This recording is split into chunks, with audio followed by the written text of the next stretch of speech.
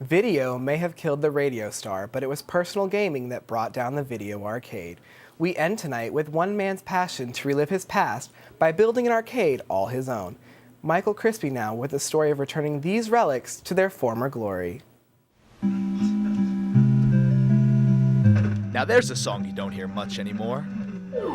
Donkey Kong, Pac-Man, Tron, games that define the good old days for anyone who frequented an arcade in the 1980s. I look at these things as pieces of artwork. The cabinets themselves, the way they were designed, like the colors, the shapes, they were all different. The New York City apartment of Chris Couleris, now a symbolic shrine to his childhood. I don't think that anyone really matures past the age of 16.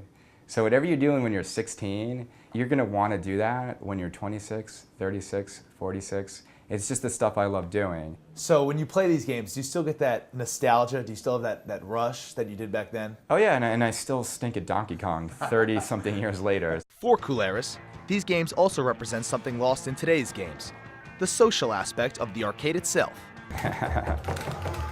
It's only really fun when people have the same skill level as you do. I think it was much more enjoyable, like going out to the arcade. Just leaving the home to do your entertainment and to be social was much more, interesting and exciting to me than sitting on a couch with a headset on and just playing, by myself. This arcade project took 6 months and over $30,000 to complete, but there were other costs, like the relationship with his fiancée.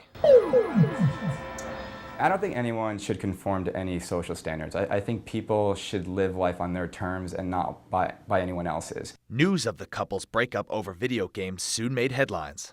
So you transformed your apartment into this arcade, spent over $30,000.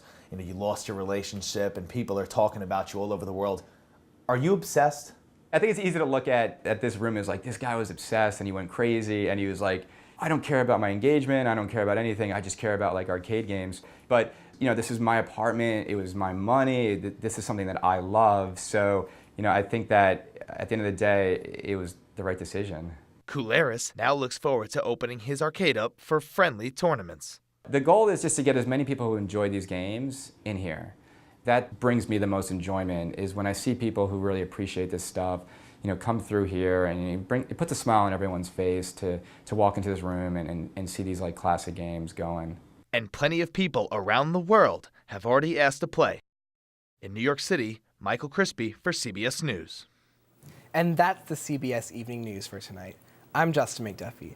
For all of us at CBS News, all around the world, good night.